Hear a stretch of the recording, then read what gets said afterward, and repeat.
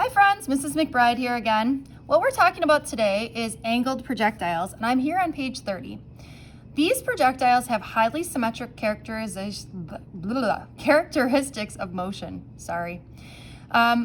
First thing we're going to do is draw the trajectory of a projectile launched over level ground. Okay, so say for example, you have a projectile that looks like this, nice parabola. It's got some initial velocity and some angle, okay? The characteristics of this is that it's parabolic and it's also symmetric. And when I say symmetric, that's basically saying like, hey, if we cut this in half, what happens on the way up is the same as what happens on the way down, okay? And I just wanted to add too that in the world of physics, we'll talk about there being no air resistance. But in the real world, obviously we have air resistance. And what that's going to do for us is something like this, okay? If we add in air resistance, our projectile won't go as high, it won't go as far, and it won't be in the air as long. So I just wanted to add that in because that's the world that we live in, okay? All right, flipping the page here. I've got two sample problems that we're going to do today, and I hope that you take notes on these, okay? So the first one says, a soccer ball is kicked with a speed of 9.5 meters per second and an angle of 25 degrees above the horizontal. If the ball lands at the same level from which it was kicked, how long is it in the air? Okay, so what I want to do first is I'm going to go ahead and break this into my X and Y. And again, in the X direction, I can only use X, V, and T because again, there's no acceleration in the X direction. And in the Y direction, we get all of our friends here.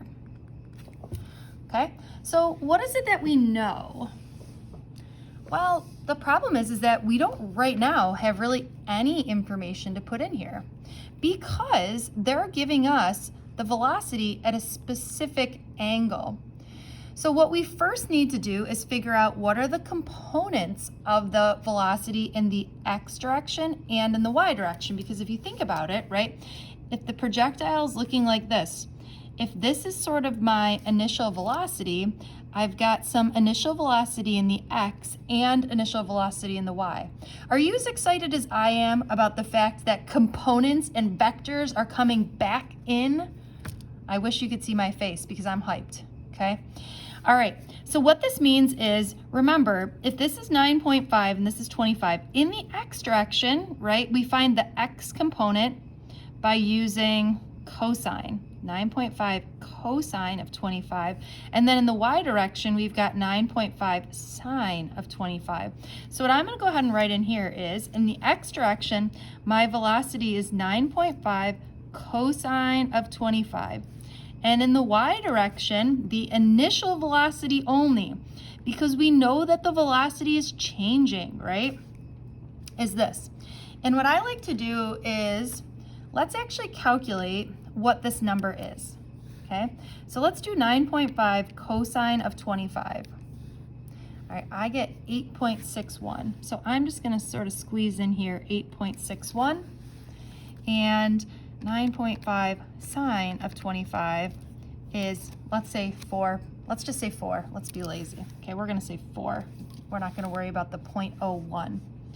Okay? Now, what else do we know here? Nothing. Okay? We want to know how long was it in the air? But let's also spice this up and say, what is its horizontal distance? Okay? Well, what else do I know here? Okay, well, I know the acceleration is -10 or -9.8. Okay, there's a couple of different ways that you could solve this. All right, I'm going to show you two different ways, and I want you to sort of figure out what's going on. Okay, you get to pick which way you like best. Okay, way number one is to say that the final velocity is 0. Now, where is the final velocity 0? Well, the final velocity is 0 here. It is stopped at the top here. Just a reminder, it is not 0 here. If the final velocity was 0 there, that means it would be like floating down and softly touching the ground, right? So the final velocity is here. this is only half of the motion. Okay, so when we do this, right, this is only going to give us half of the time. Okay, so way number one is to find the half time and double. Okay, so what I would do is, based on this, I would use V equals V naught plus AT. Or I get 0 equals 4 minus 10t. Or I add 10t over here. T equals 10, okay? Or I get t equals 0.4 seconds. But wait, remember this is only the half time. This is only the time that it got to here. I need to double this in order to get the whole time, okay?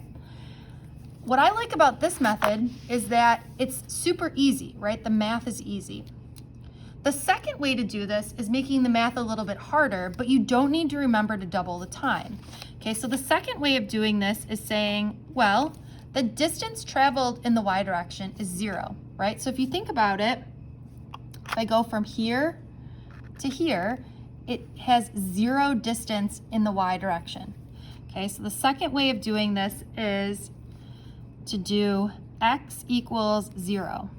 Okay, so if x equals 0, you would use the equation x equals v naught t plus 1/2 at squared.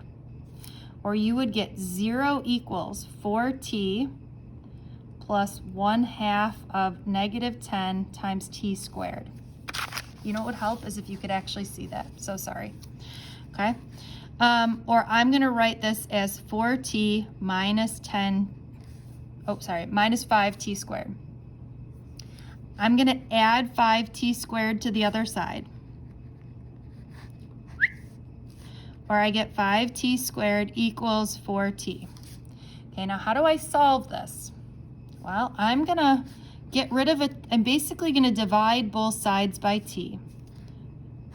Those go away, and I'm left with 5t equals 4, or t equals 4 divided by 5, or 0.8 seconds. So do you see how I get the same answer either way? You need to decide which way you like better. Do you like way number 1, where you have easy math, but you have to remember to double? Or do you like way number 2, where it's sort of harder math, but you don't need to remember anything? It doesn't really matter to me what you pick, okay? So you've got 0.8 seconds as your time. So you bring your time over here, and then I should be able to solve for the total distance. Again, the only equation we have is velocity equals distance over time, or I've got 8.61 equals x divided by 0.8. I'm going to multiply both sides by 0.8,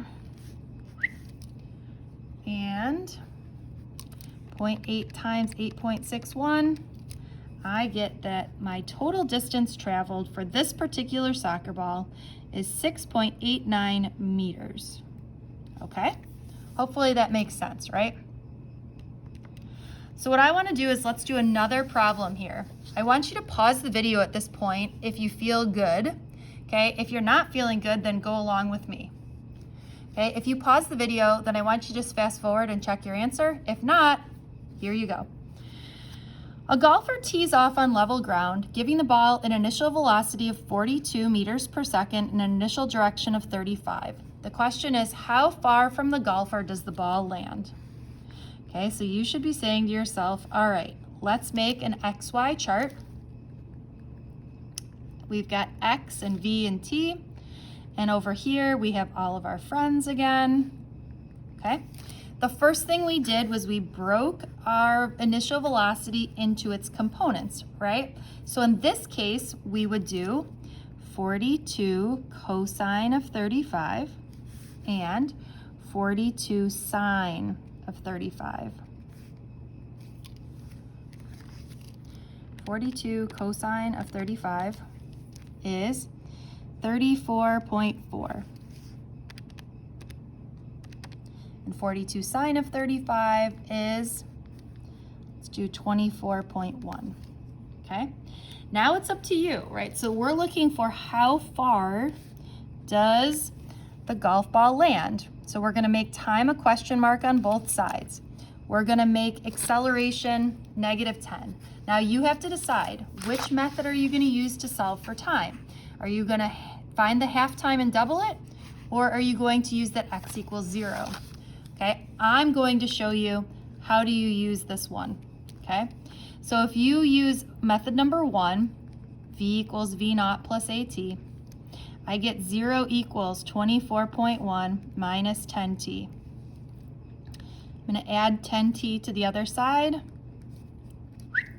or I get 10t equals 24.1, divide both sides by 10, and I get 2.41. Am I done?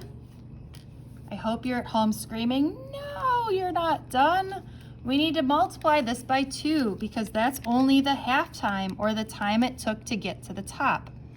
The total time is 4.82 seconds. If we bring our 4.82 seconds over here, the only equation we can use on this side is velocity equals distance over time.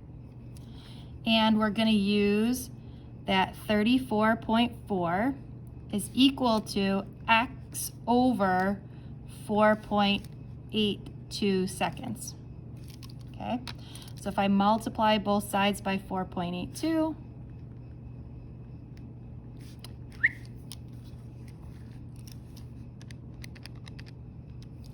I get a total distance of 165.8 meters, which I must say, friends, is a pretty good golf shot. Okay, almost done for here. This says the next golfer hits the ball with the same initial speed but at an angle greater than 45 degrees. The ball travels the same horizontal distance. What was the initial direction?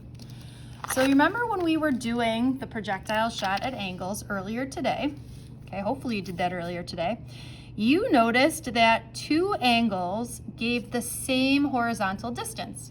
And hopefully you said that any 2 angles that add to 90 will give the same horizontal distance. We call these complementary angles.